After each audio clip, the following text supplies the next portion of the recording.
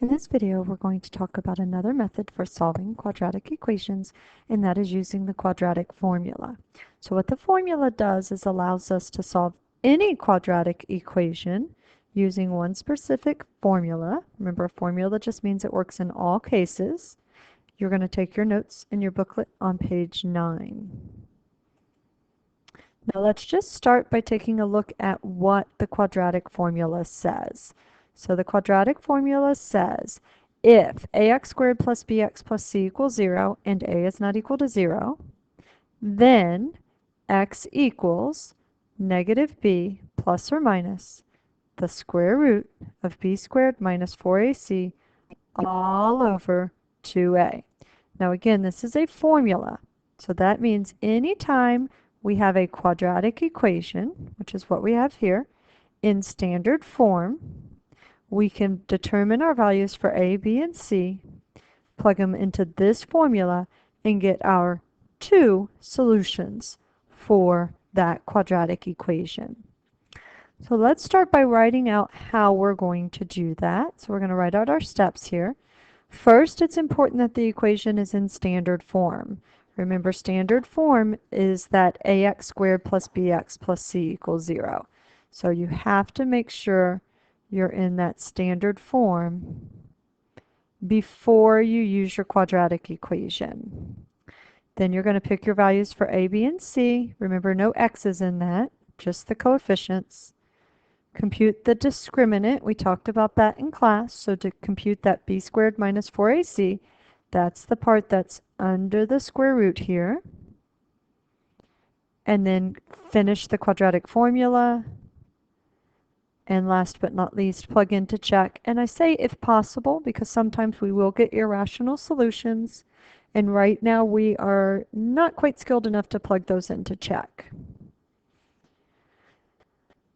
Pause right here if you need to finish writing down your steps. We're just going to do example 1 in this video. We will do the other examples together in class over the next couple of days.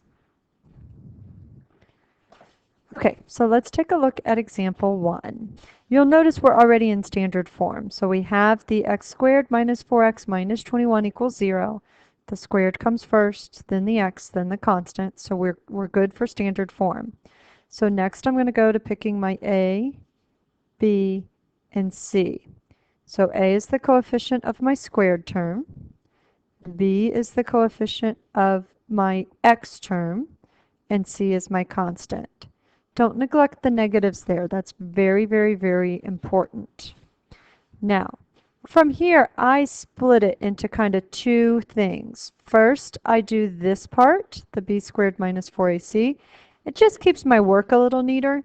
And this discriminant actually does tell us a lot. So knowing what it is to begin with does help us to know what type of solutions we're going to have. Now remember, when you plug in, you're going to take out the b, plug in what b is equal to, take out the a, plug in what a is equal to, take out the c, plug in what c is equal to. So it's going to be negative 4 squared minus 4 times 1 times negative 21. Notice the negative 4, the whole thing's being squared, so it's negative 4 times negative 4, which is a positive 16. And then here we need to be careful. This is going to be minus a negative, so that's going to be plus. So let me show you what I mean here, what I'm talking about. Right here, I have minus a negative. I changed that to plus. So that negative and a negative becomes a plus. And then 4 times 1 is 4, times 21 is 84. Doing my addition, 16 plus 84 is going to give me 100.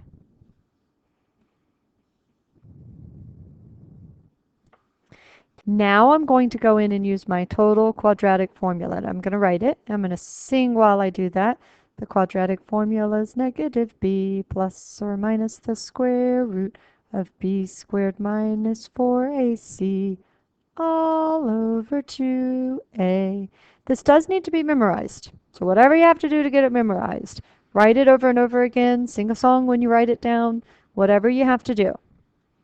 And again, I'm going to take out the b, plug in what b is equal to, take out the a, plug in what a is equal to. Okay, now remember this here, this 100, that's our b squared minus 4ac, so that's going to go right there. That's replacing the b squared minus 4ac. The b is getting replaced with negative 4, so that's going to go right there. And the a is getting replaced with 1, so that's going to go right there.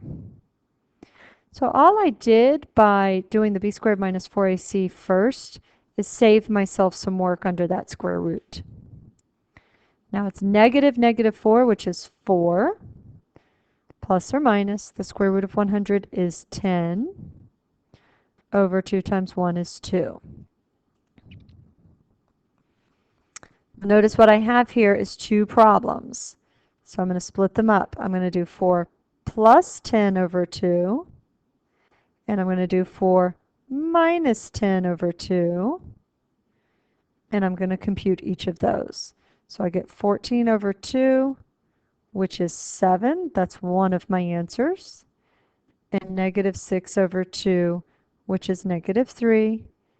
That's my other answer.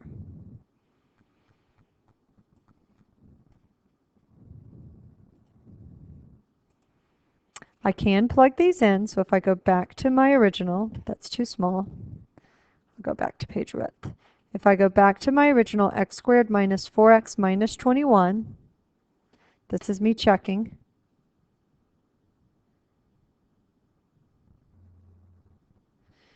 Equals 0.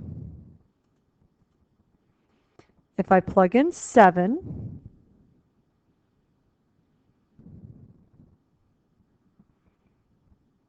I get 49 minus 28 minus 21 equals 0.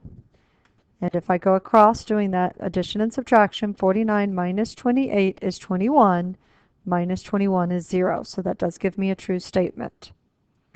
And if I plug in negative 3,